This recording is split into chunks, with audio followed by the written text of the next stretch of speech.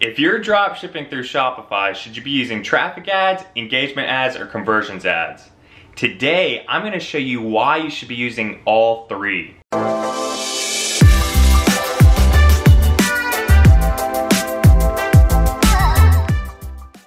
What's going on, guys? I'm Braden Wuerch. If this is your first time to my channel, make sure to hit subscribe.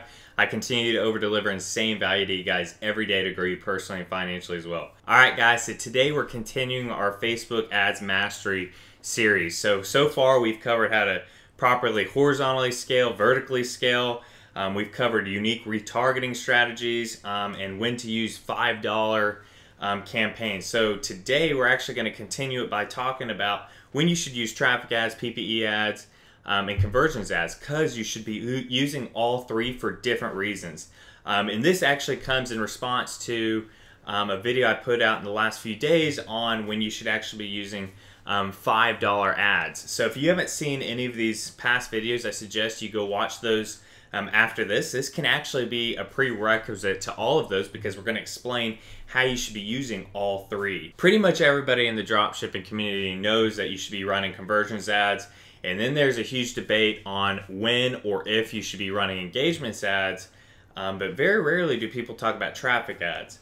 And I actually think you should use all three. And the way I run PPE ads is slightly different than how other people use. So I'm going to go ahead and tell you my strategy today on when I use traffic ads, engagements ads, and conversions ads. So let's go ahead and jump onto the computer and get into it.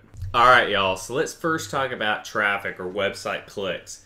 So there's actually a very specific reason why you should be running these. And I've touched on all three of these before, but today I want to go ahead and give you guys detail on why I run all three. And so the first one, traffic or website clicks, the main reason is to season a fresh pixel. So most people will jump into the game of running Facebook ads, whether they're in e-commerce or not. They'll just jump in and start running their ads with a fresh pixel. So if you are brand new to running ads with your new pixel, you need to go ahead and season it. This will allow you to get more optimized conversions much quicker, and you won't waste a huge budget in the very beginning. If you don't season a fresh pixel and essentially give your pixel initial intelligence that it can go ahead and eat up, you're going to go ahead and waste a budget. If you season it, then you're going to save yourself a lot of money and you'll get more efficiency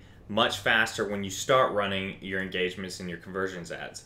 So right off the bat, the way I suggest to season a fresh pixel, and I've made a whole video on seasoning your pixel that'll go in much more detail on this, but the way you can do that is running with website clicks. So what this will do is it'll give you many conversions or clicks really quick. That way it'll go ahead and season your pixel. This is what I found to be the best way. Other people suggest using engagements for your seasoning your pixel, but I've found that clicks works out to be much more efficient and it's a much more powerful way to go ahead and season your pixel from the very beginning. It'll give you fast data for seasoning your pixel, and it may actually lead to feedback on your store. So, you know, when you're running this, you might actually get some feedback from potential customers on things that may need to be fixed on your store, or if your store's good,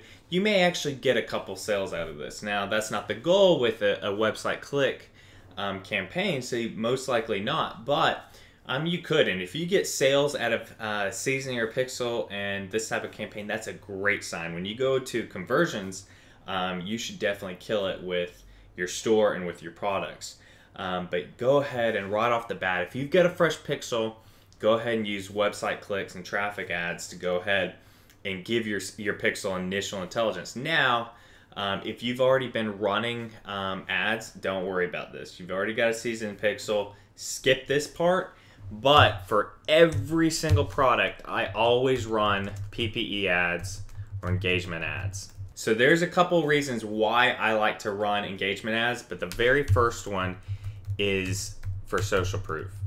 So I literally run this every time I'm testing a new product. If I've already got a decent or winning product, I'm not going to start with engagements ads for the social proof of the post because I know that decent or winning product is going to get good engagement through a conversions ad. But anytime I'm testing a new product, I always start with an engagements ad. And how I run it, and if you've been watching my channel, you already know how I like to do it, but I do just $5 for one day, an engagements ad, and then I switch it over to the conversions ad. And what's great about it is if you run this through a post on your actual business page, the engagement stays attached through to the conversions ad. That's how this is so powerful for social proof, because Facebook is optimizing the ad and sending it out to people who are most likely to engage with your ad, to like, comment, share.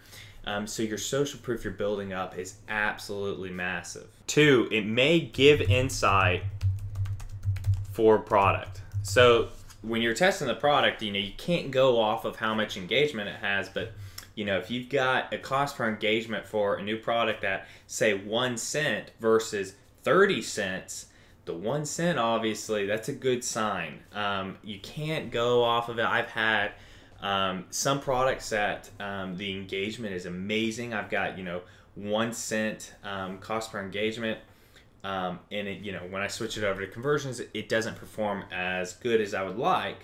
But there are many times when this can hold true. So you can actually get insight, especially if you're getting a lot of comments. That's a great sign, especially very positive comments. If you do get some sales with an engagement ad, that is an amazing sign, because this is not optimized at all for sales. And a big misconception a lot of people have in the dropshipping community is a lot of people like to use engagement ads to try to get sales. I've never understood that. Facebook is intelligent with the way they do things, and engagement ads are not meant to go ahead and give you sales. But if you do get some with an engagements ad, then your conversions ads should be out of this world powerful. So just know going into it that first day, if you're going to run that $5 engagement ad, don't expect to get sales.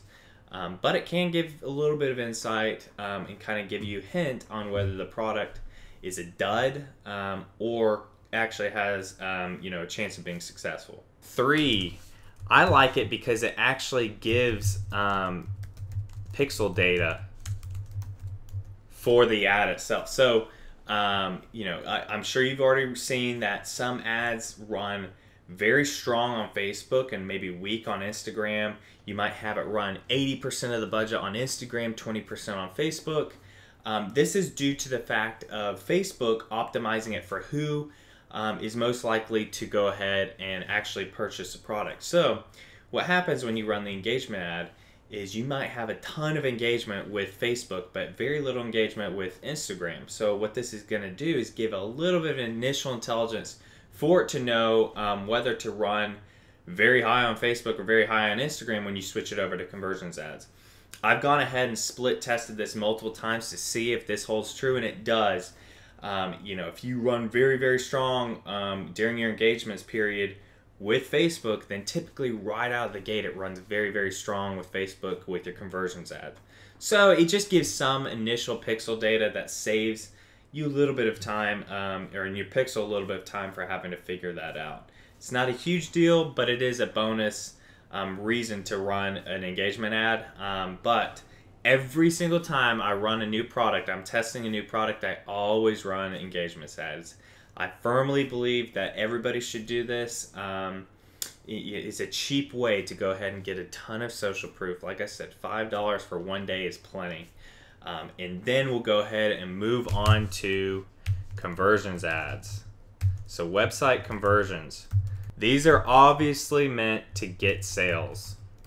Facebook goes ahead and optimizes conversions ads, sends it out, pushes the ad in front of people who are most likely to make a purchase. These are people with past purchase behavior, people that like your type of products, your type of store. If your pixel knows it has that data, it'll know who exactly to push it out to go ahead and most likely get the sale.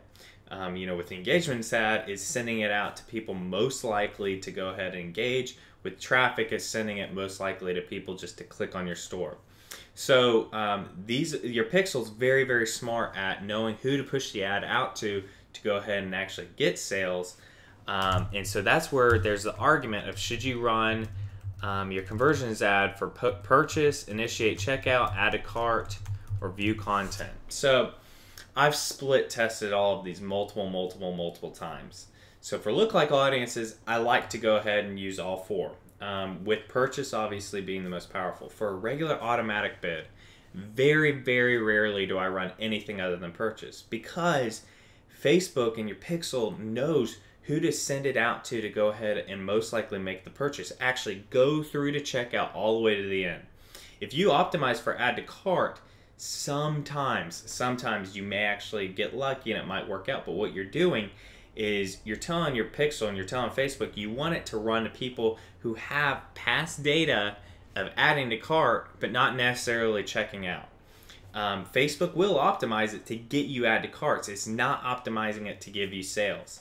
So that's why pretty much, I would say 99% of the time for a regular automatic bid, I would say stick with purchase for your conversions of it. Especially when you're testing products, you're not wanting to go ahead and spend $200 testing a product by going ahead and testing purchase, initiate checkout, add to cart.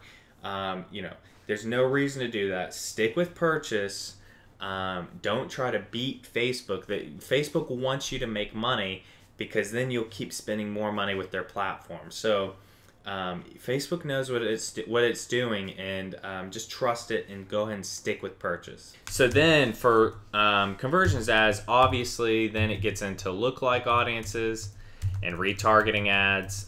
If you would like me to go ahead and do a video on all the specific ways I go through lookalike audiences, all the specific ways I go through retargeting, because there's a lot. Just between these two, there's a lot of different ways that I go into all of them. And then after that, there gets into manual bidding and actually choosing your target cost and all of that. So conversions ads are meant for purchase, and you need to be running them. These are obviously the most powerful type of ads for e-commerce and to go ahead and actually get purchases on your website.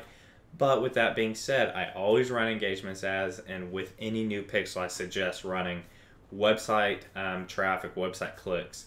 So, I hope this cleared up some things for you. I've been seeing some confusion on when and why you should be running these. That's why I wanted to drop this quick video to you guys today.